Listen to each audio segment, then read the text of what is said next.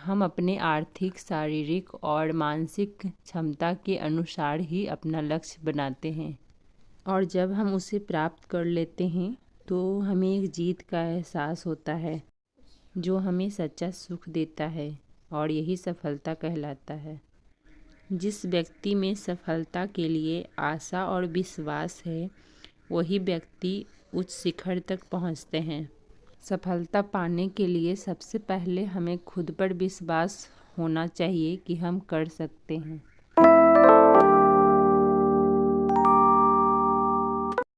He guys very very good morning. Because आज मेरी video चाय से स्टार्ट हो रही है तो मुझे लगा कि आज मुझे गुड मॉर्निंग विश करनी चाहिए। वैसे तो मेरी वीडियो नाइट में जाएगी और नाइट में ही जाती है और मैं एडिट भी नाइट में ही कर रही हूँ, लेकिन मॉर्निंग की वीडियो है। वैसे तो मॉर्निंग से ही मैं वीडियो की स्टार्टिंग करती हूँ, लेकिन आज मुझे गुड मॉर्निंग विश करने का मन किया। और देख सकते हैं यहाँ का मौसम, बारिश हो रही थी रात को और सुबह भी बारिश हुई है, तो मुझे लगा कि आप लोगों से थोड़ा शेयर करना चाहिए कि यहाँ का वेदर कैसा है। और फ़िलहाल अभी 9:15 बज रहे हैं और सुबह का नाश्ता पानी बन चुका है। उसके बाद मैं पढ़ने बैठी हूँ। जैसा कि आप लोगों को पता है कि मैं पढ़ाई करती हूँ और बीच बीच में ब्रेक लेकर के मैं अपने घर के काम कंप्लीट करती हूँ। सुबह में जो ज़रूरी काम होता है सबसे पहले उसे निपटाती हूँ और नाश्ता बनाना सबसे मोस्ट इम्पॉर्टेंट होता है। ये वीडियो मेरा क्रिसमस का ही है, यानी क्रिसमस के दिन का ही है। और बच्चों की भी स्कूल में छुट्टियां पड़ गई है और हस्बैंड की भी अभी छुट्टी है, तो दोनों यानी बच्चे और हस्बैंड घर पे ही हैं। तो मैं जल्दी उठ जाती हूँ और मैं सबसे पहले नाश्ता प्रिपेयर करती हूँ, उसके बाद मैं पढ़ने बैठती हूँ। फिर मेरा अगर मन होता है तो मैं नाश्ते की प्रिपरेशन कर लेती हूँ और पढ़ने बैठ जाती हूँ। फिर वो लोग उठते हैं तो फिर मैं नाश्ता बनाने जाती हूँ। मैं जल्दी उठती हूँ और बच्चे और हस्बैंड सोए रहते हैं, बिकॉज़ मैं नहीं उठाती हूँ। अगर वो लोग उठते हैं तो फिर मैं अच्छे से पढ़ाई नहीं कर पाती हूँ।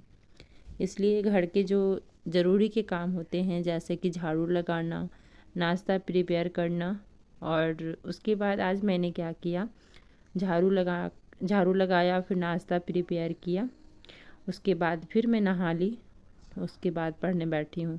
ये सब काम कंप्लीट करते करते टाइम तो हो ही जाता है, तो इसलिए 8 बज गए मुझे पढ़ने में। तो नाश्ता भी बन चुका है, बस मुझे रोटी सेकना है, जो कि सब उठेंगे, बच्चे नहाएंगे तो फिर मैं रोटियां सेकूंगी। और अभी मैं कम से कम 2 घंटे आराम से पढ़ूंगी, बिकॉज वो लोग उठेंगे, फ्रेश होंगे, नहाएंगे धोएंगे, तो फिर मैं वो लोग के लिए रोटी सेक दूंगी। हस्बैंड ड्यूटी जाते थे तो वो 5 बजे उठते थे और ऐसे भी घर में वो जल्दी उठ जाते थे।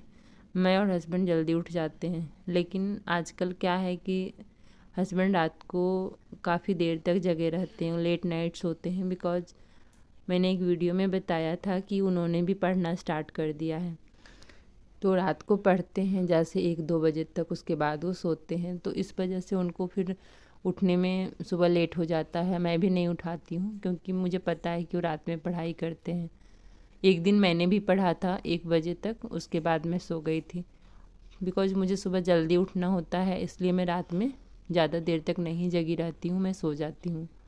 मुझे मॉर्निंग में उठ करके पढ़ना ज़्यादा अच्छा लगता है, इसलिए मैं मॉर्निंग में पढ़ती हूँ।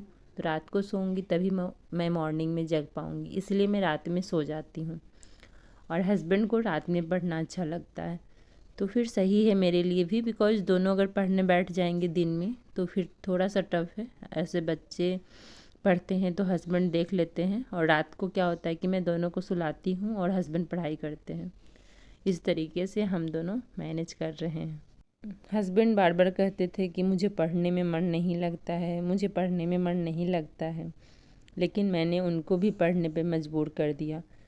कुछ भी नहीं है, अगर आपको ऐसा लगता है कि हम नहीं पढ़ सकते, हमसे ये पढ़ाई नहीं होगी, तो बस आप सेम टाइम, जैसे कि आज आपने 1 घंटा पढ़ने बैठा किसी भी टाइम, नेक्स्ट डे भी आप बुक लेकर के बैठ जाइए, बस उसकी रीडिंग करिए। अगर नहीं भी मन लग रहा है ज़बरदस्ती बैठ जाइए कुछ दिन। यानी मैंने तो हस्बैंड को कहा था कि 21 दिन पढ़िए, 21 दिन पढ़ने के बाद 22वें दिन आप खुद पढ़ने लगिएगा।